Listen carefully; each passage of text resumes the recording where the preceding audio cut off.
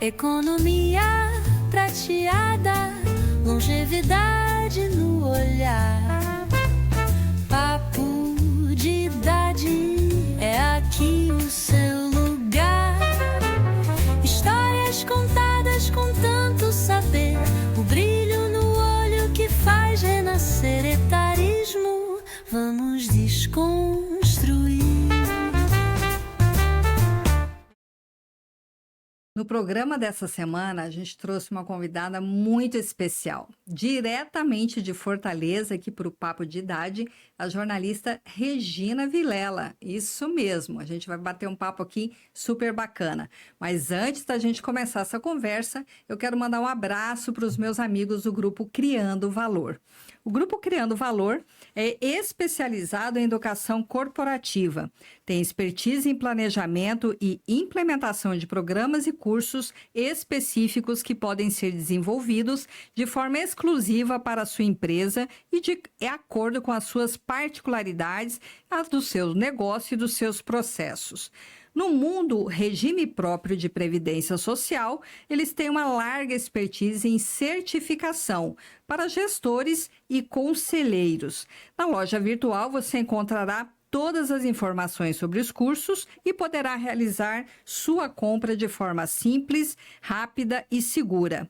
A inovação é um dos valores da empresa, que busca tecnologias e procedimentos inovadores que tragam valor agregado aos novos produtos e serviços, como projetos de realidade aumentada e realidade virtual. Mas a grande parceria do Papo de Idade é com a Criando Valor Social.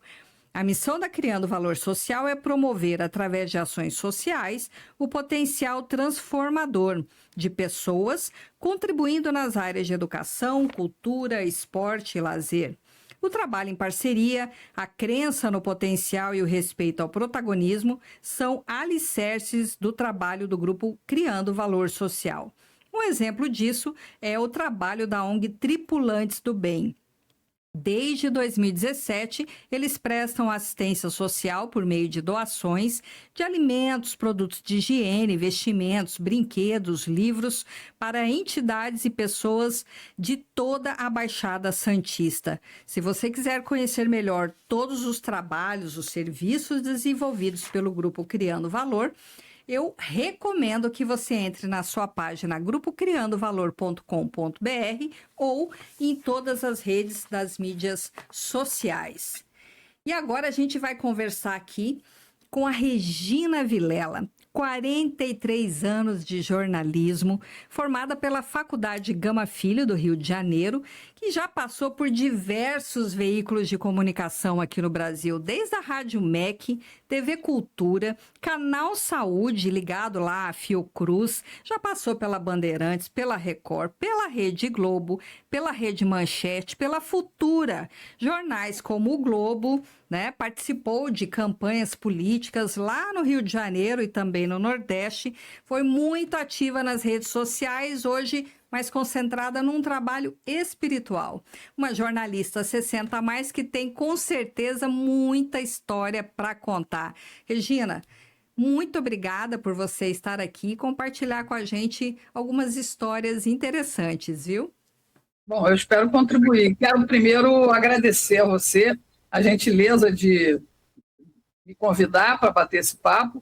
Eu nunca tive problemas com etarismo, né? E eu queria só fazer uma pequena correção, até em memória e respeito à universidade que eu me formei, era a Universidade Gama Filho, que infelizmente o governo da Dilma Rousseff acabou destruindo todo o legado de uma instituição que tinha mais de 50 anos de educação no Rio de Janeiro, e numa área que era carente de educação, no subúrbio da Piedade. Então, eu só te corrigi apenas pela lembrança da universidade e do desperdício que foi feito com todo um conjunto de edifícios que vieram abaixo para que o prefeito Eduardo Paes criasse ali um parque. Como a gente está acostumado, né, com política, a gente sabe que político gosta de dar para o povo pão e circo, porque, infelizmente, o nosso povo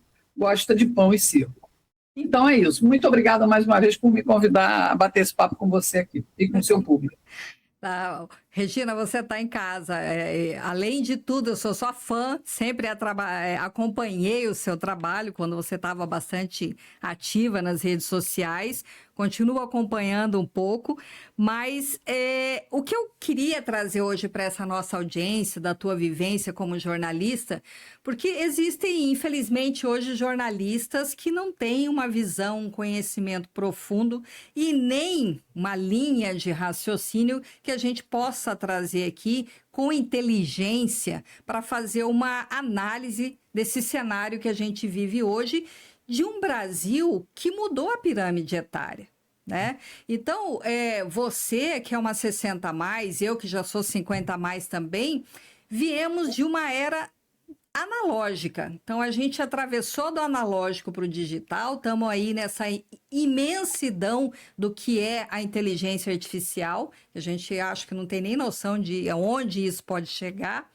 E eu queria que você contasse um pouco para a gente dessa sua trajetória, como é que você enxerga esse Brasil da jornalista Regina Vilela, que deve ter visto muitas coisas da época que você começou o teu jornalismo até hoje. Essa mudança estrutural da pirâmide etária do Brasil, como é que você acompanha isso no teu olhar de jornalista? Nossa, a tua pergunta é muito complexa, né? Eu vou começar reparando no detalhe que você tem aí atrás de você. Você tem uma coleção de livros. Eu não sei qual é a área, porém, eu ainda sou da geração enciclopédia, sabe? Para a gente aprender as coisas, a gente ter um conhecimento geral da vida, né? Da história humana, a gente tinha que ter uma enciclopédia em casa. A minha ambição na vida, quando criança, era ter uma enciclopédia Barça, mas era muito cara. Era caríssima. Eu tive a que era possível, nem foi a conhecer, foi a enciclopédia do estudante. E livros que desde que eu me entendo por gente como leitora, desde que eu aprendi a juntar as letrinhas, tudo eu queria ler, tudo. Então, minha família permitiu que eu abrisse uma conta no Jornaleiro. Eu estava lá, sempre, buscando material para mim. Né? Leitora de história em quadrinhos, as histórias em quadrinhos eram menos direcionadas para formar militantes como são feitas principalmente no início do século XXI. Né? Eu acho que devo ser a última geração de jornalistas que tem ainda uma escola de jornalismo mais preocupado com você buscar a verdade, informar a verdade sem distorcer a verdade. Né? Eu tive realmente escola porque aprendi muito lendo colunistas do JB, Jornal do Brasil, inclusive do próprio Globo.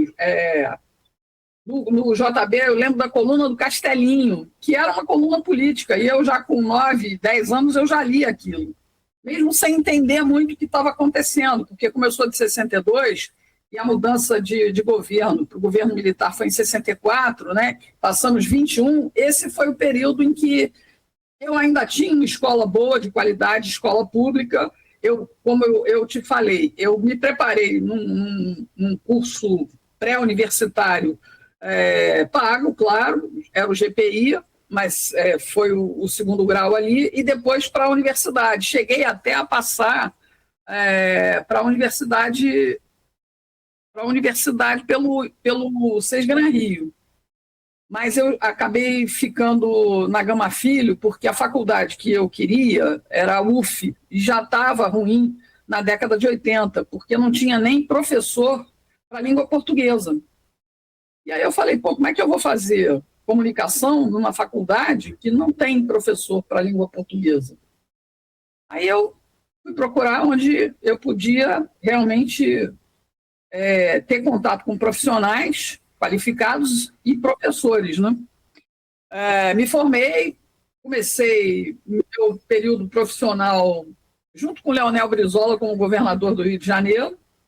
Então, ao mesmo tempo que Eu rio porque realmente, ao mesmo tempo que era um começo promissor para a minha vida, né, de realização de sonhos, você exercer aquilo que você gosta como desejo de criança, né, do trabalho, da vida adulta, de que você sonha, mas foi justamente num período em que o Rio de Janeiro começou a cair, né,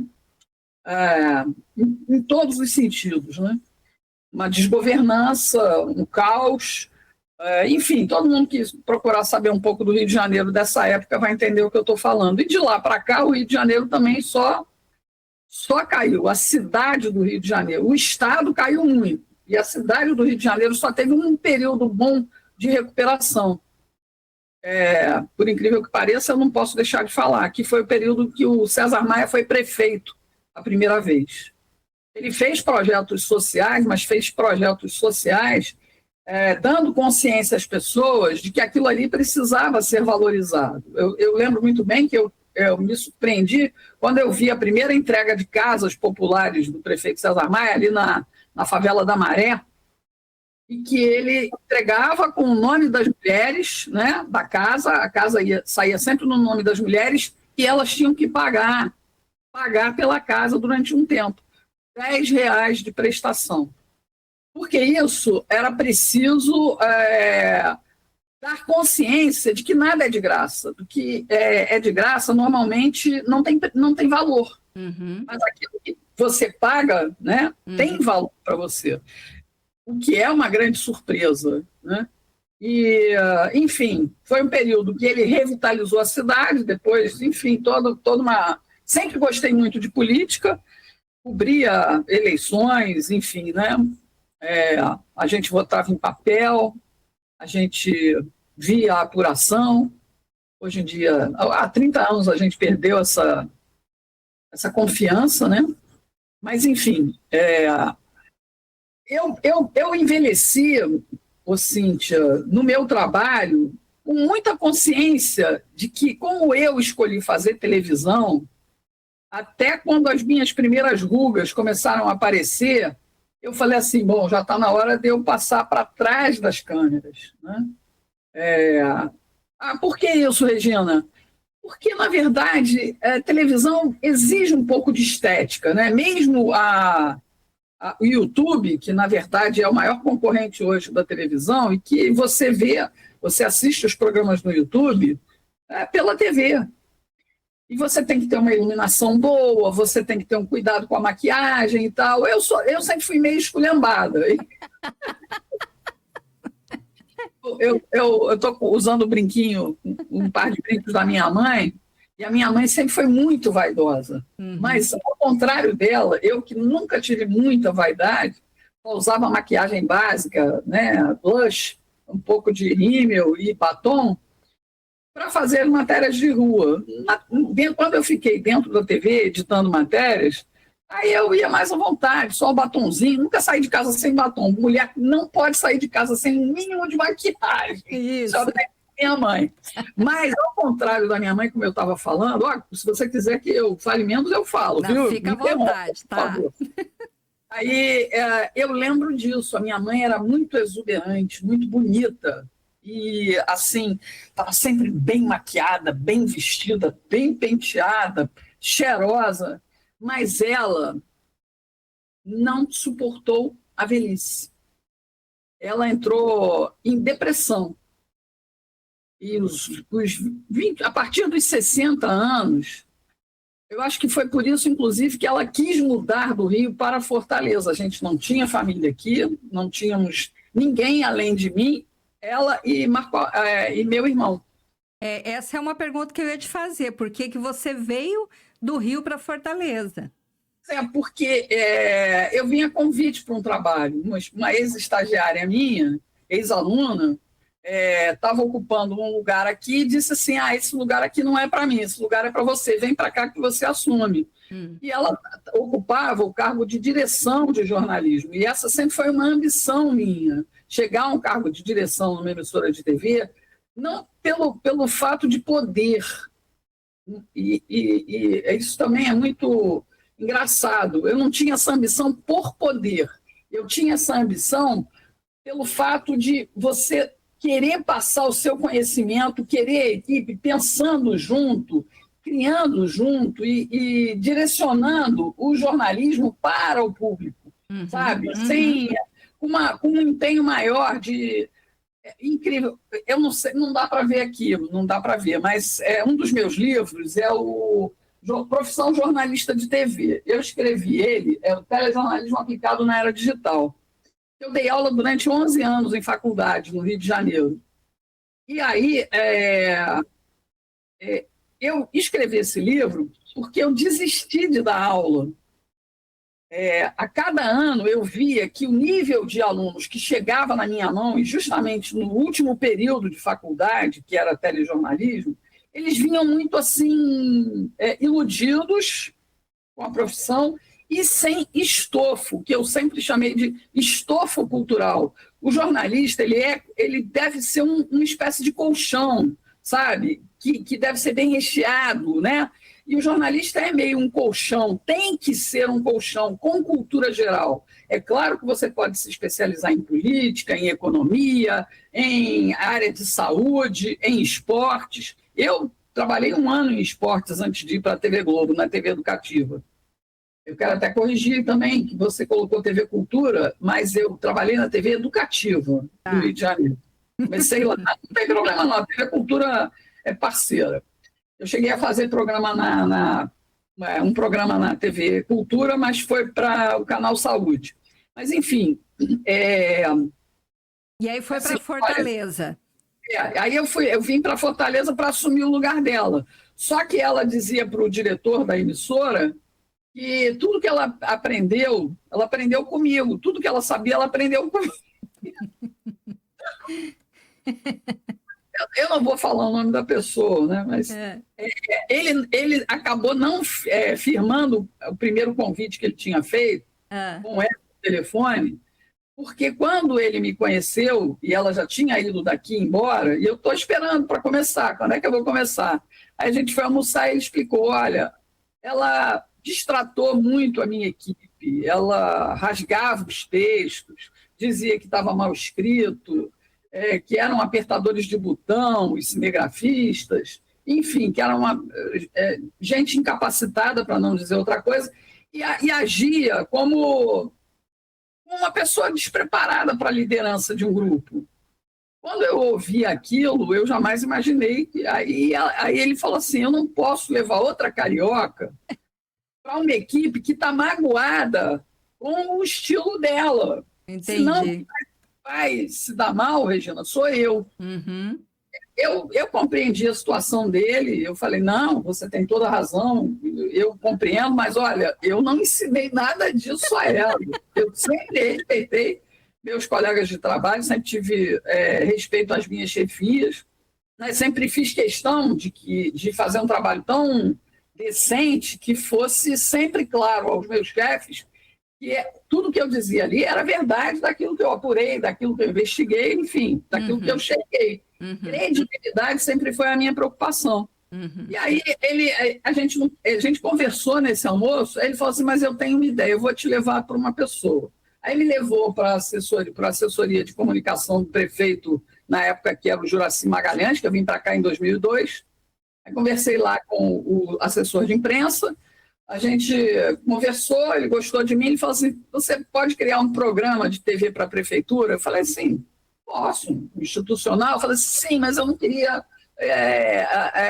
institucional só. Aí eu falei assim, eu faço, mas a minha ideia de institucional para uma prefeitura ou para um governo é você colocar um problema e ver a ação do Estado na solução desse problema. Eu acho que funciona melhor assim, isso dá mais credibilidade ao trabalho do político.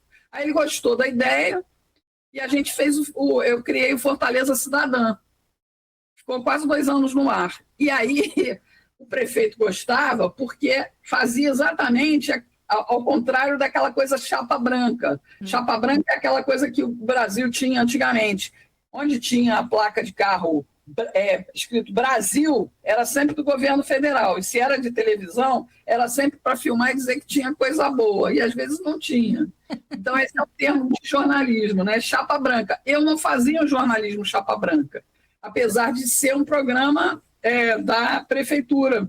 A gente fazia e o prefeito gostava exatamente porque mostrava a equipe dele trabalhando. Uhum. Então, por exemplo, um buraco numa rua, aí tinha justificativa para aquilo e tal, a gente avisava, olha, tem lá o buraco, a prefeitura ia lá, resolvia o problema e a gente mostrava e tal, entendeu? Mais ou menos assim, como é que está atendimento às creches?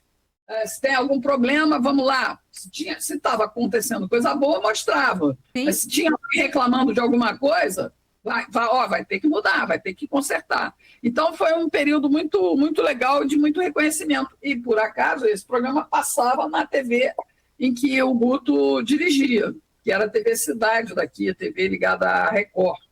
Enfim, foi um período de adaptação. Depois eu fui para Verdes Mares, onde eu trabalhei como editora. E a Verdes Mares, em Fortaleza, é a transmissora da Globo, né? Afiliada da Globo. Isso. E a sua mãe junto com você. A minha mãe veio exatamente ao que eu estava falando, já que estamos falando de etarismo, acho que as cabeças são diferentes, né? Sim. Minha mãe é uma dona de casa, assim, exemplar. Chegou até a fazer um curso de maquiagem e se tornou maquiadora profissional. Mas, naquela época, o marido não deixava. O marido, no caso, é o meu pai. O marido não deixava ela trabalhar. Então, ela ficava cuidando dos filhos e tal. E costurava muito bem, se maquiava muito bem, cozinhava muito bem. É aquela mulher de casa mesmo, né? Sim. Ela nasceu em 1940 e ela era muito vaidosa, como eu falei, ela não suportou a idade.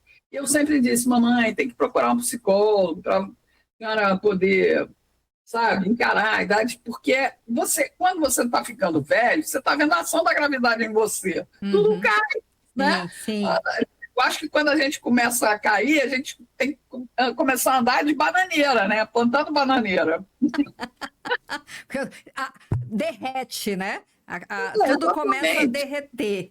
Exatamente. E ela, como era muito bonita, ela não aceitou muito, engordou um pouco e tudo mais. E nos últimos anos ficou muito difícil, porque ela fazia todos os exames e não tinha nada.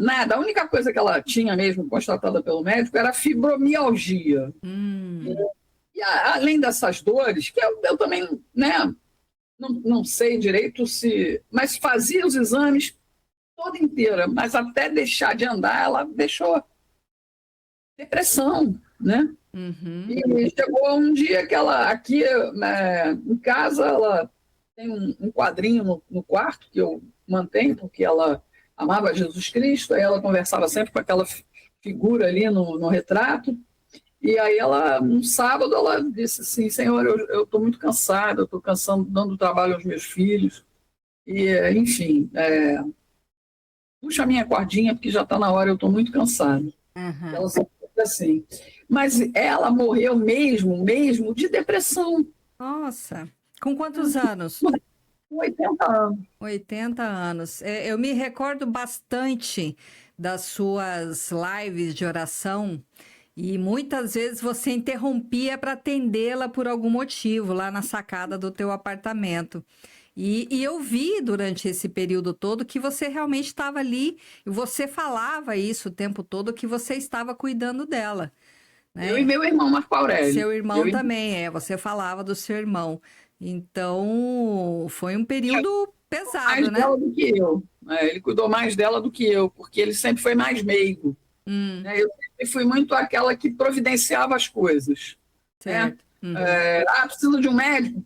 Vamos trazer o médico. Eu não sei o que. Eu sempre fui mais assim.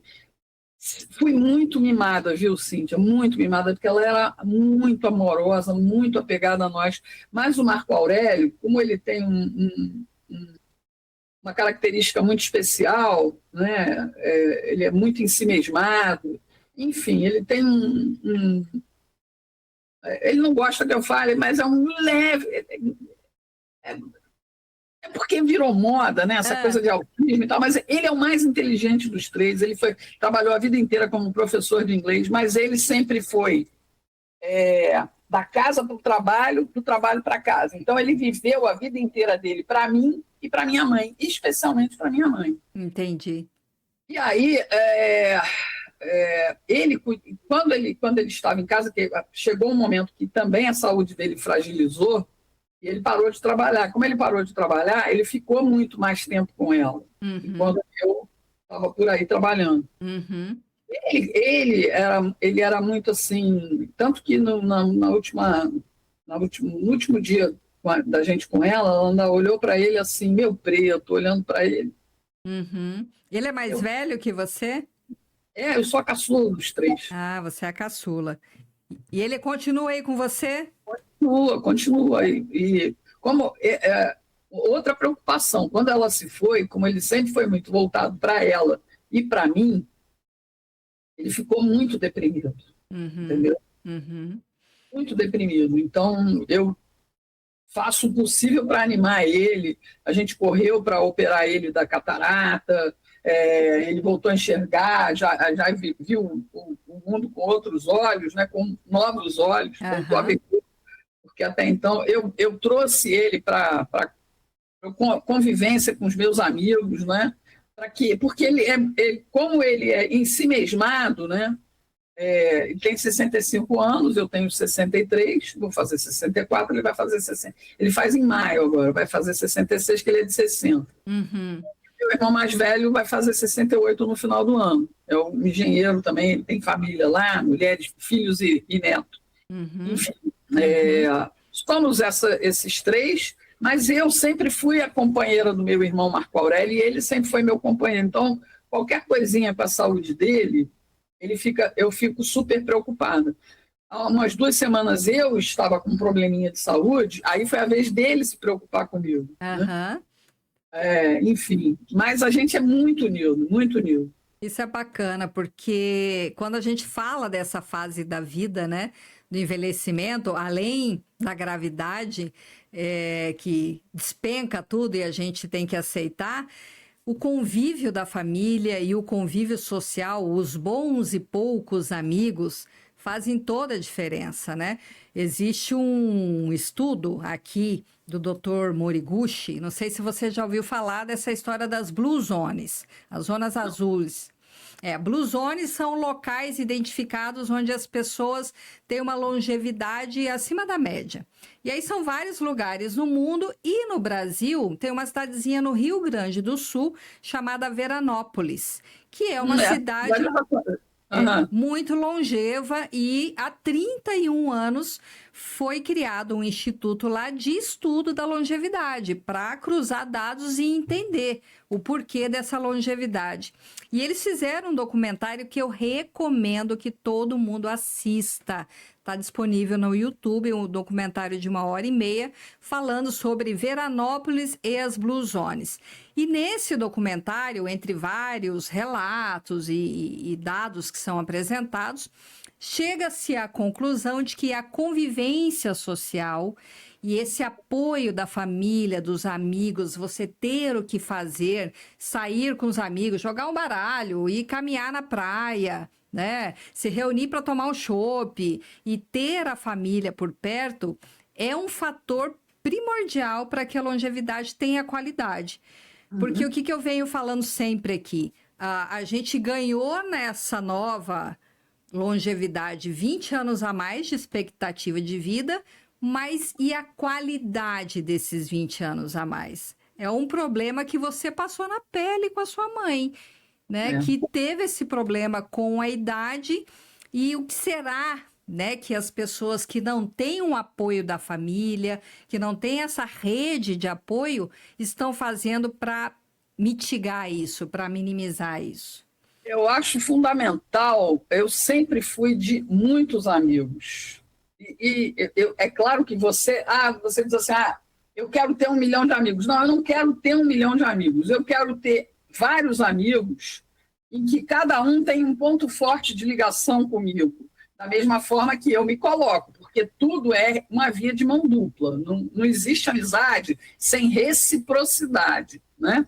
Então, eu sempre procurei, eu estou sempre mandando mensagens.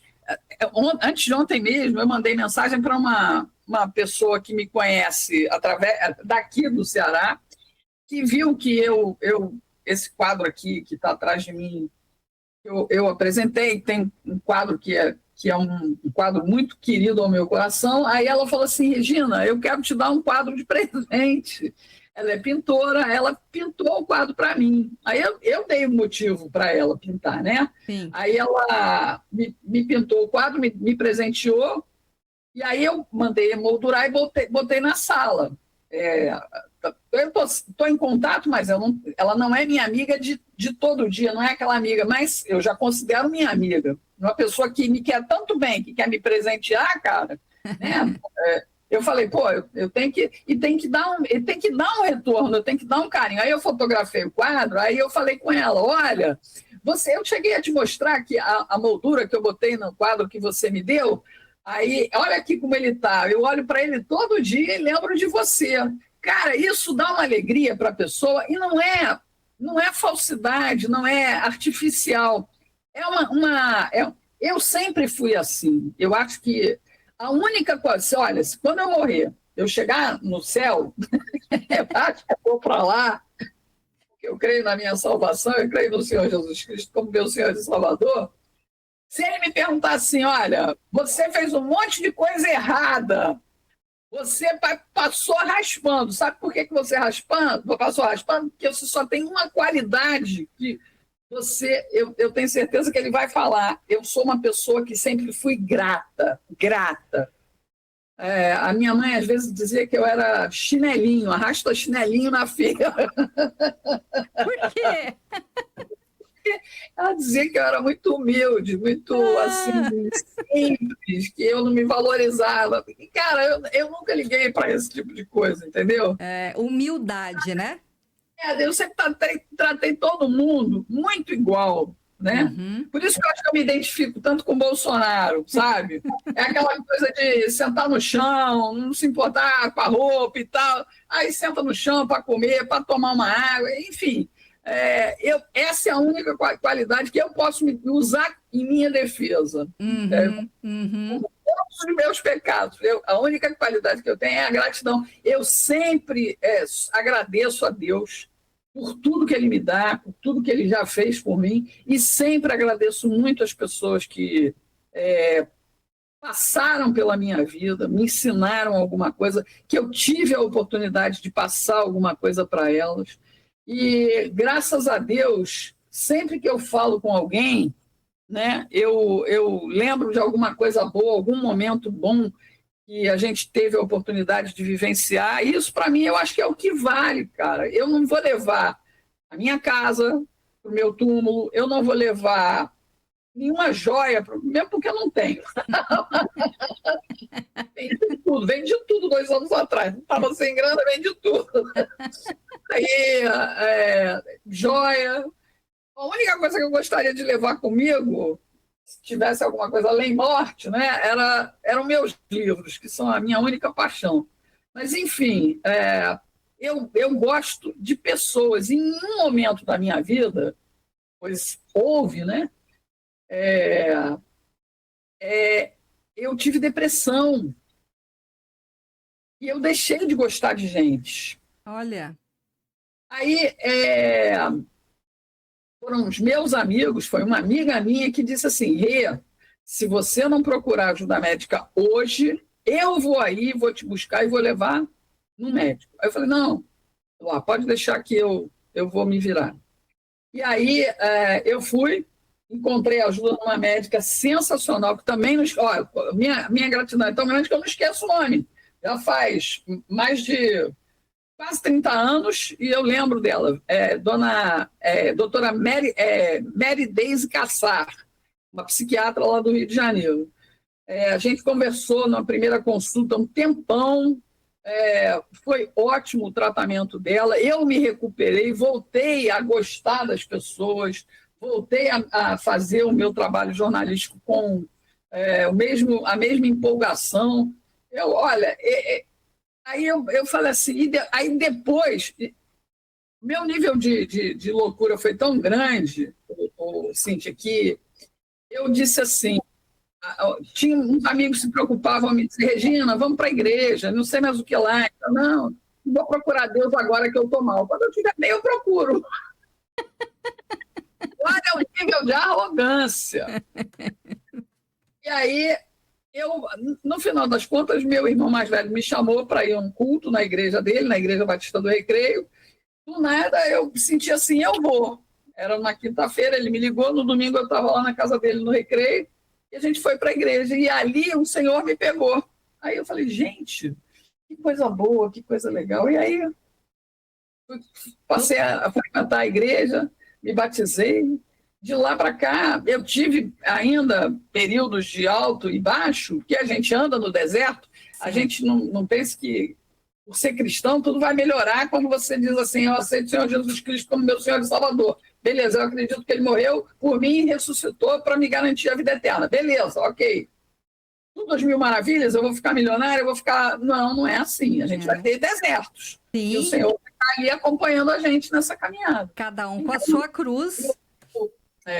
Eu fiquei muito assim, muito mais com vontade de viver. Por isso eu identificava muito essa depressão na minha mãe, né? Uhum. Essa coisa. E eu sempre fiz questão, se você me acompanha um tempo no YouTube, eu sempre disse a minha idade, eu celebrei quando eu fiz os 60 anos, eu disse, agora eu estou mais sexy. Sexy demais. Né? Então, para mim, tanto faz ter 30, 25, 19 ou 60, cara. Não faz a menor diferença. É claro que a gente tem limitações que o joelho, né, não é o mesmo dos 18 anos. Mas, enfim, a gente vai se adaptando, né? Cara, vai se adaptando. É o que eu falei, é você fazer amigos, valorizar esses amigos, manter contato com os amigos e dar sempre um mínimo de atenção, né? E o mínimo de atenção que eu digo é porque eu moro longe. A maioria dos meus amigos está no Rio de Janeiro. A minha vida, 40 anos de vida, estão no Rio de Janeiro. Mas em 20 anos de Ceará, 23 anos, 24 anos já, vai fazer esse ano. Em 24 anos, eu consegui amigos aqui que são conservadores como eu. Tem até um amigo meu que diz assim, brinca assim, vocês são, quando ele está com a mulherada, né, ele diz assim, vocês são conservadias. No sentido, quando se fala alguma bobagem e tal, vocês são conservadoras, raiz, vocês são conservadias. É minha alegria e tal. Então, tem um grupo aqui de amigos que, se um dia eu mudar daqui do Ceará, eu vou sentir muita falta, né? E também vou querer manter o laço para poder estar sempre visitando. Essa história da gente morar em lugares diferentes tem seus prós e tem seus contras, né? Eu também fui meio nômade já, assim. Eu sou de Curitiba, fui para Cuiabá, no Mato Grosso, saí de 0 grau para 40, olha a diferença. Morei minha vida quase toda, mais de 20 anos, quase 30 anos em Cuiabá. De Cuiabá fui para Fortaleza, morei 7 anos em Fortaleza, hoje estou no Vale do Paraíba, que entre Rio e São Paulo, no interior, em Taubaté, mas é uma região maravilhosa, né? A 100 quilômetros eu estou na praia, a 60 quilômetros eu estou na serra, é uma região maravilhosa. Em todos esses lugares, eu deixei amigos. Então, quero passear em Fortaleza, eu tenho amigos. Eu quero ir para Curitiba, eu tenho amigos. Eu quero... Então, essa construção e a manutenção da amizade, que você disse bem, né? É regar a plantinha, tá sempre ali para ter essa troca. Porque na hora da depressão, quem é que te salva, quem é que te ajuda, né? São essas amizades. Então, isso é importantíssimo. Mas eu quero voltar ainda lá do analógico para o digital. Eu quero que você me diga se a internet quebrou os meios de comunicações tradicionais. Não tenho dúvida disso, graças a Deus. É mais interessante que a previsão do Marshall McLuhan, né, que era o mundo se tornar uma aldeia global e tal, no sentido de que ia haver, todo mundo ia poder conhecer todo mundo, conversar com todo mundo, ótimo, beleza. Mas o mais importante disso, nessa era de tecnológica que nós estamos, né, é simplesmente quebrar as pernas dos grandes grupos de comunicação. Porque a gente sabe, ninguém é inocente, né? Que os grandes grupos de comunicação têm interesses econômicos.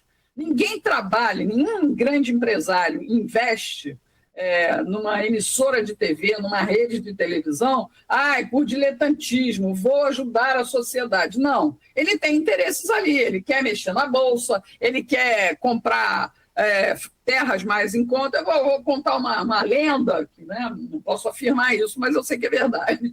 Provavelmente, havia uma lenda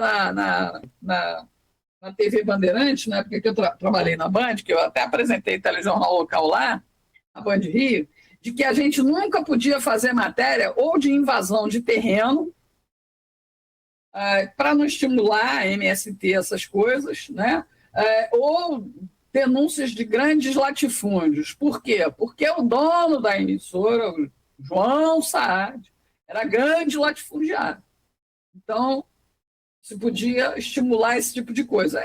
Assim como na Globo, né? Eu nunca fui censurada na Globo, nunca fui censurada na Bandeirantes, nem na TV Educativa.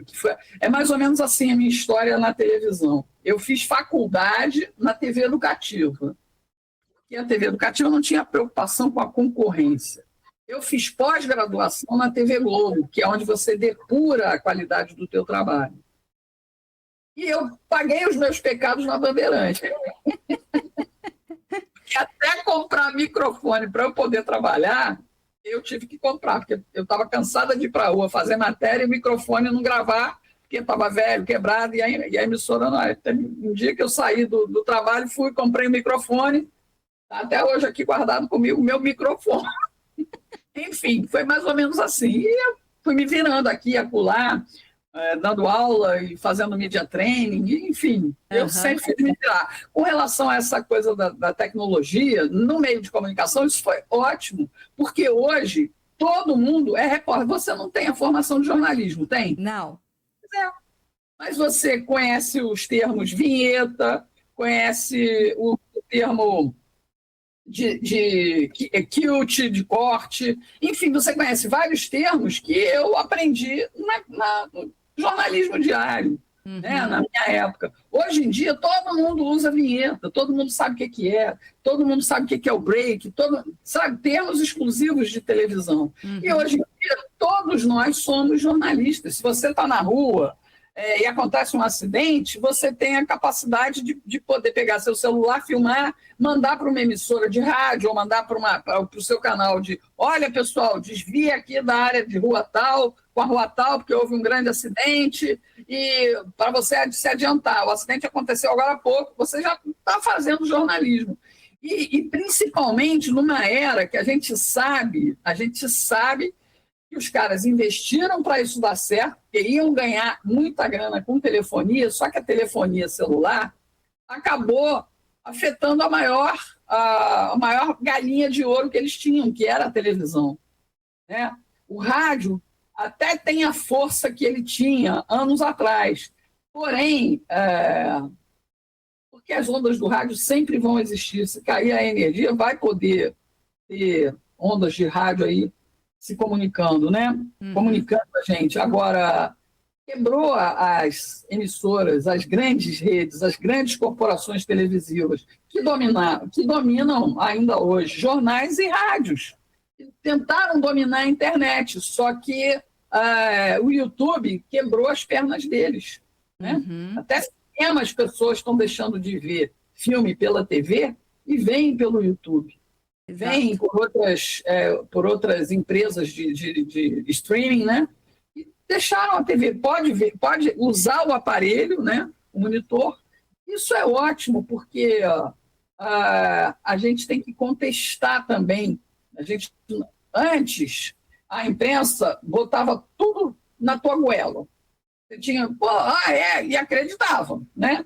A não ser que alguém viesse com uma história diferente, muito diferente. Sempre foi meio assim, quando você vai cobrir um assassinato, por exemplo, eu cobri o assassinato da Daniela Pérez. Você vai cobrir, todo mundo vai contar a mesma versão.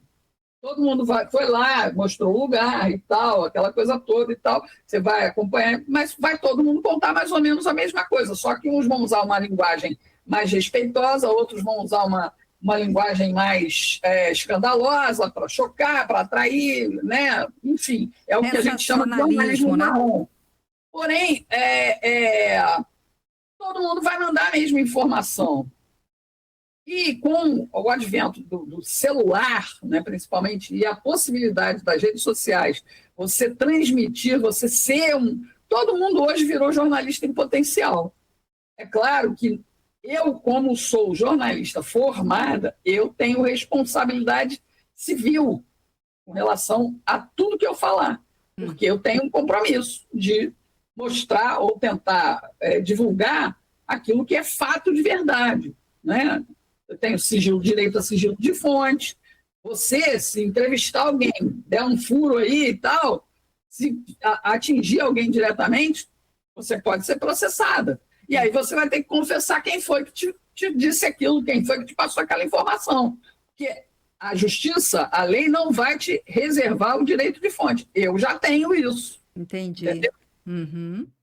Então, as pessoas têm que ter responsabilidade. O que eu estou achando meio perigoso é a IA. Porque tem gente, para ganhar dinheiro na internet, usa a IA, conta uma história qualquer e acaba... Eu recebo isso muito, porque muita gente me manda coisas pelo Zap. E aí ontem eu estava explicando a uma irmã de um primo. Na verdade, ela é irmã do cara que casou com a minha prima. Não tem um grau de parentesco, ela me viu criança. Mas, enfim, ela me mandou um vídeo, eu falei assim, olha, Sandra, você cuidado para compartilhar isso.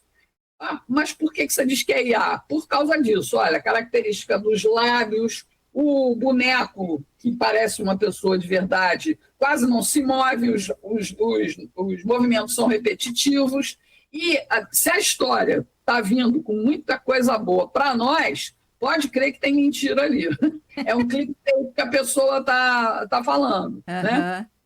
Falava de alguma punição do careca. Né? Que tá. Para ele não acabou nada. Por enquanto ainda não acabou. Está para acabar. Mas por enquanto não acabou. Então presta atenção. Ela falou assim, Eu falei assim, Aí mandei para ela um vídeo de exemplo. Aí ela falou, entendi. Entendeu? Entendi.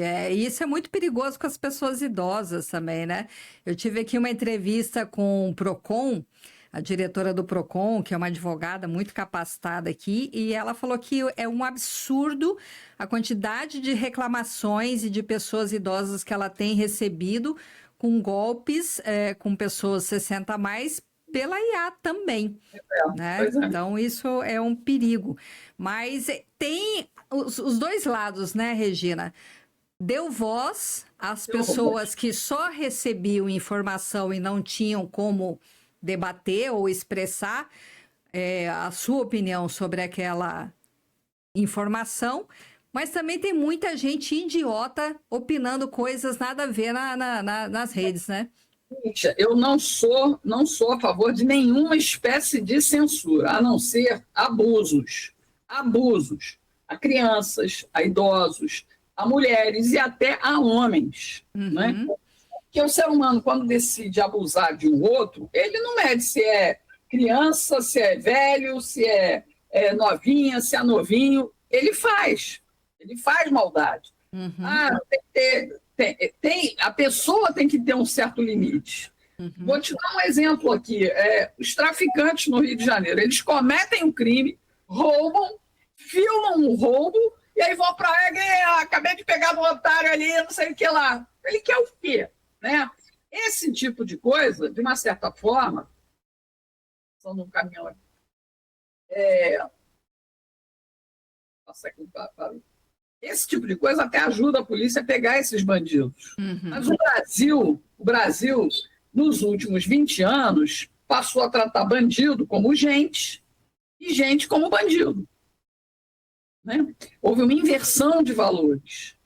Eu não sou a favor de censura, eu acho apenas que por exemplo, o que você está fazendo aqui é uma espécie de jornalismo. Você está fazendo uma entrevista com uma pessoa que tem um pouquinho de história no jornalismo, não sou lá grande coisa, mas né? Tenho um pouquinho de história para contar aí.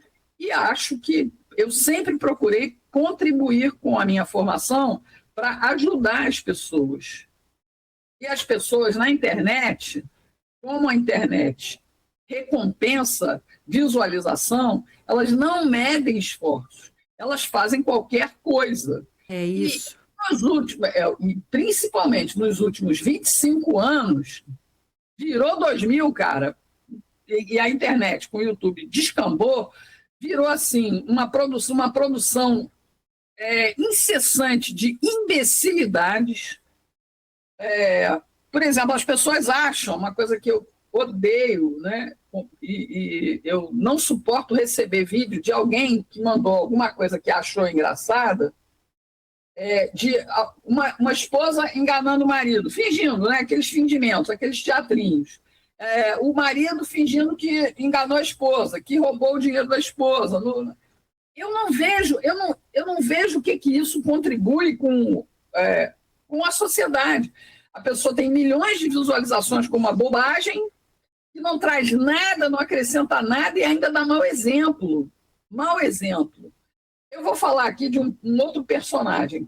Tem um pai, o cara já ganhou muita grana na internet, ele tem uma filha muito inteligente, era pequenininha, e ele se fazia de bichinha.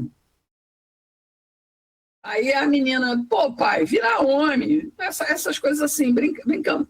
É claro que ele é um homem, mas ele, para fazer graça, usava a menina como escada, né? E ganhou muito dinheiro, legal. Foi o modo que ele encontrou de ganhar dinheiro, mas o que ele contribuiu, sabe? Que exemplo que ele deu para a filha, para a própria filha? Eu não sei se eu sou muito careta, e eu sou assim, Cíntia, desde sempre, viu? Desde sempre. Eu acho que foi a formação também que eu tive. Enfim. Regina, quais são os seus planos de futuro? O que a Regina, de 63 anos, prevê para daqui os próximos anos um Brasil que está envelhecendo, que não tem políticas públicas preparadas para essa população e que a gente vai estar nesse barco aí? O que a gente faz? Acho que a gente não tem que se preocupar com o governo, não, cara. A gente tem que se preocupar com a gente.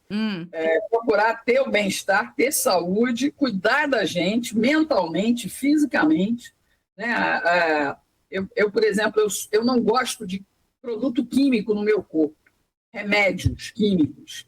Eu estou sempre me prevenindo exatamente para não ter problema. Eu tive um problema de saúde agora. Quando eu tomo um medicamento, ele funciona muito bem e resolve o problema. E aí pronto, acabou. Eu sou assim, né? Meu corpo está praticamente puro para receber aquela química que vai resolver o problema. Mas aí o que aconteceu? Eu tive um problema agora, recente, eu fui tomar o remédio que o médico mandou, eu me senti super mal, eu vou falar aqui, não tem problema nenhum, vomitei pra caramba 2 dias seguidos, e comecei a ficar tonta.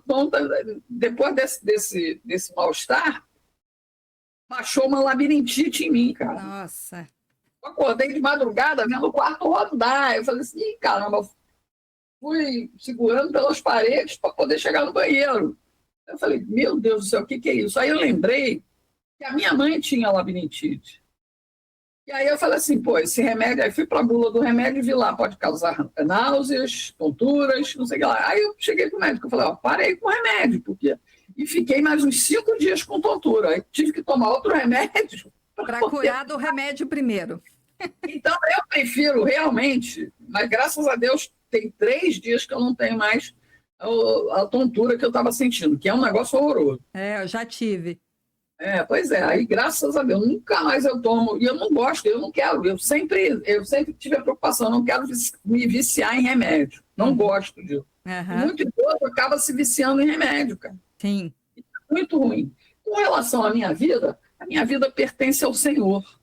Cada dia que eu viver, seja hoje, amanhã, 3 meses, 2 anos, 50 anos mais, está na mão dele. O que ele mandar eu fazer, eu faço, vou vivendo de acordo com ele. De verdade. Eu não quero ser uma cristã hipócrita. Eu busco sempre e peço ao Senhor, me ajude, Senhor, a ser o mais genuinamente cristã que eu puder. Não só comigo, para o Senhor, mas comigo, com os outros, sabe? Assim, vou vivendo assim, é isso. Tá certo.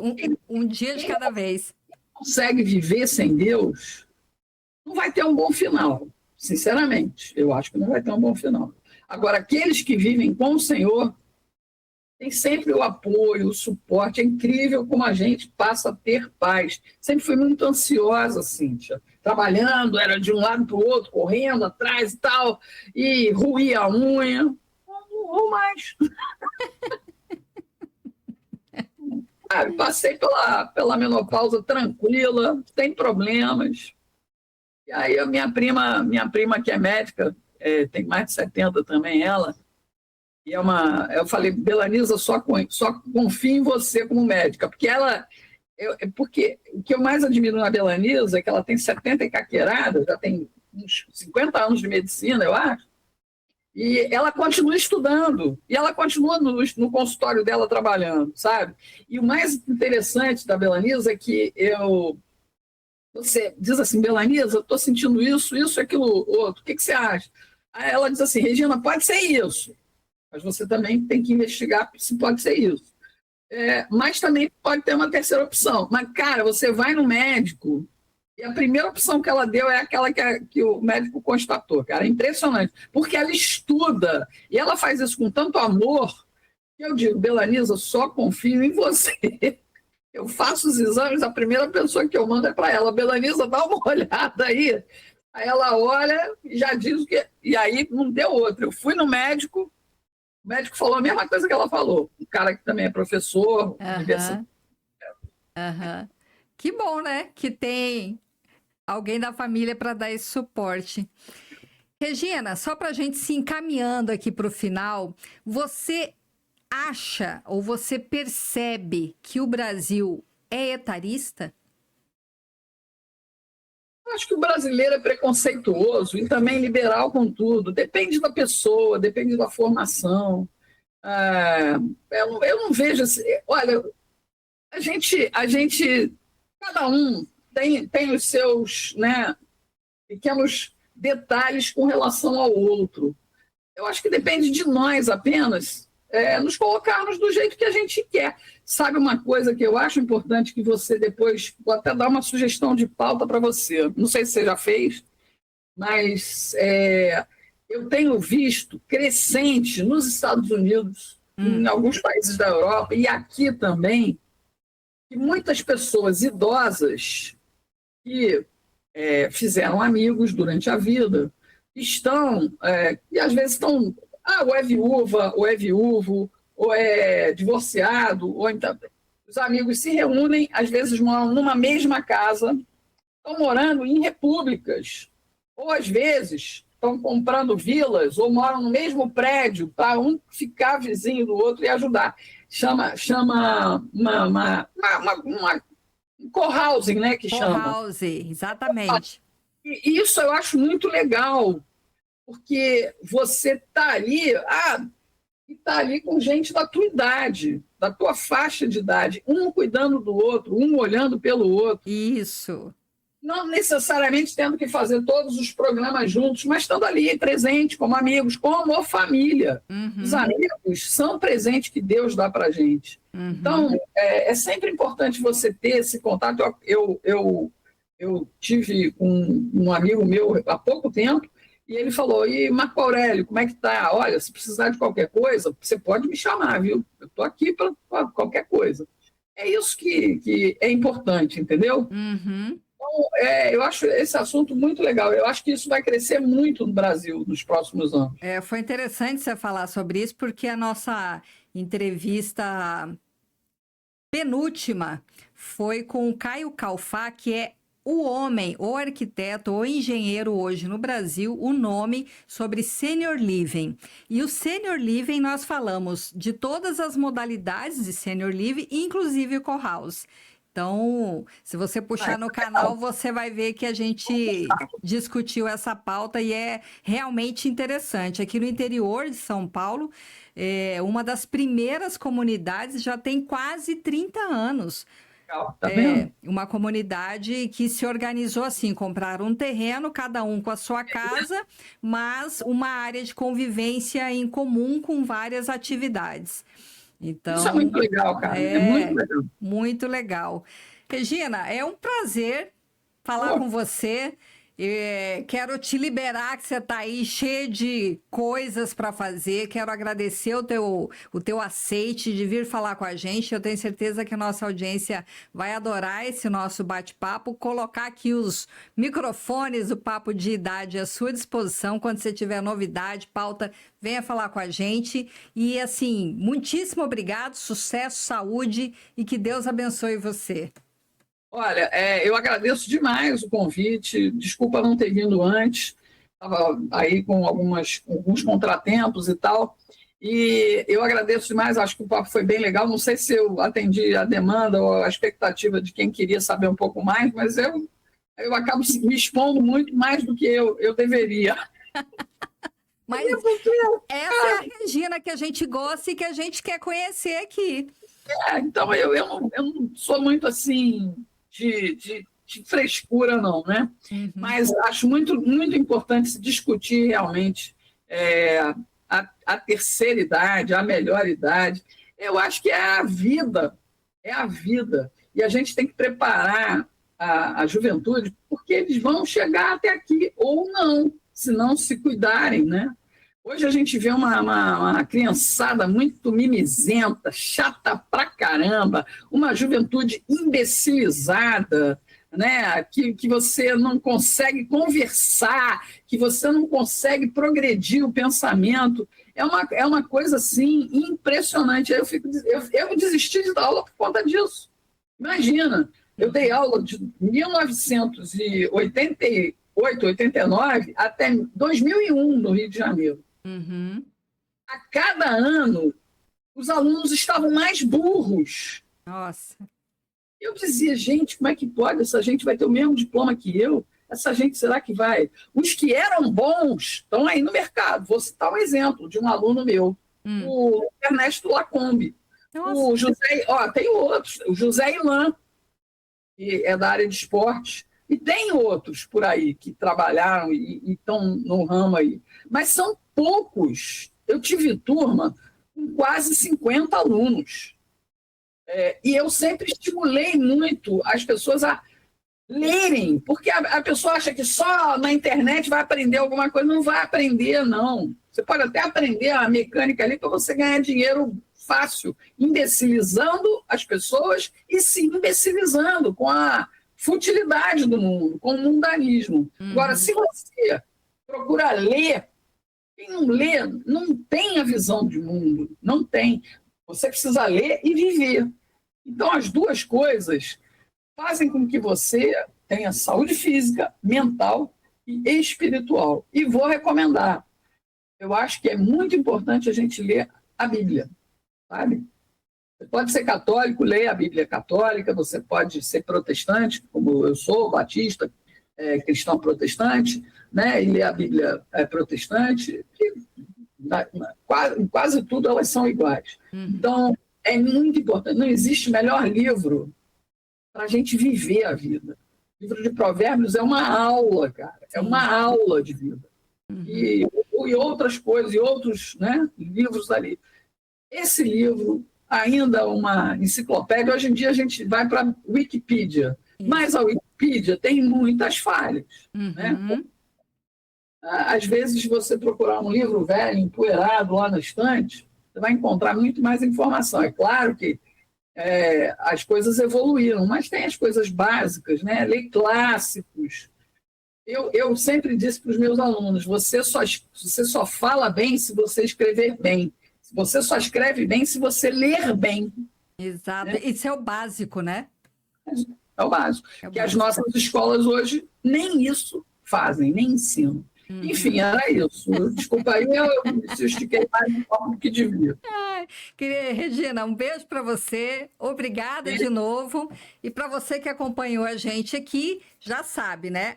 Essa entrevista na íntegra no canal do YouTube durante a semana, os recortes dos melhores momentos desse papo aqui incrível. Um abraço e até a próxima. Beijão. Economia prateada, longevidade no olhar.